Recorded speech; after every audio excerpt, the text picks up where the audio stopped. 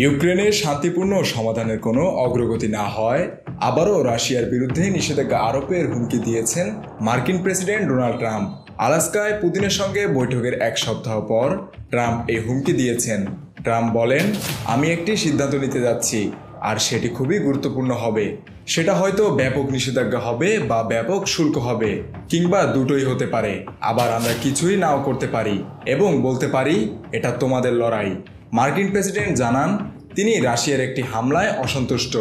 সেখানে ইউক্রেনে একটি মার্কিন কারখানায় আগুন ধরে যায় এবং কয়েকজন কর্মী আহত হন।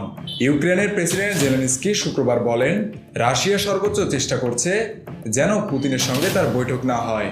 ট্রাম্পের আগে দাবি করেছিলেন যে আলাস্কায় বৈঠকের পর সোমবার পুতিনের সঙ্গে ফোন আলাপ করে তিনি পুতিন জেলেনস্কির বৈঠকের ব্যবস্থা শুরু করেছেন।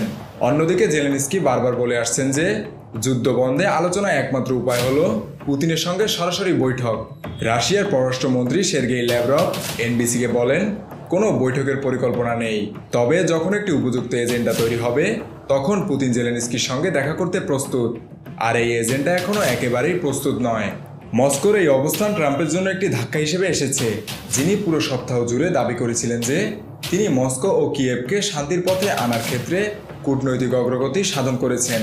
এমনকি সম্ভাব্য শান্তি চুক্তির ধীরগতিতে ট্রাম্প ক্ষোভ প্রকাশ করলেও তিনি হোয়াইট হাউসের সাংবাদিকদের আলাস্কায় পুতিনের সঙ্গে লাল কার্পেট দাঁড়িয়ে তোলা ছবি দেখান। তিনি আরও বলেন, পুতিন 2026 সালের ফুটবল বিশ্বকাপে যুক্তরাষ্ট্রে আসতে চান।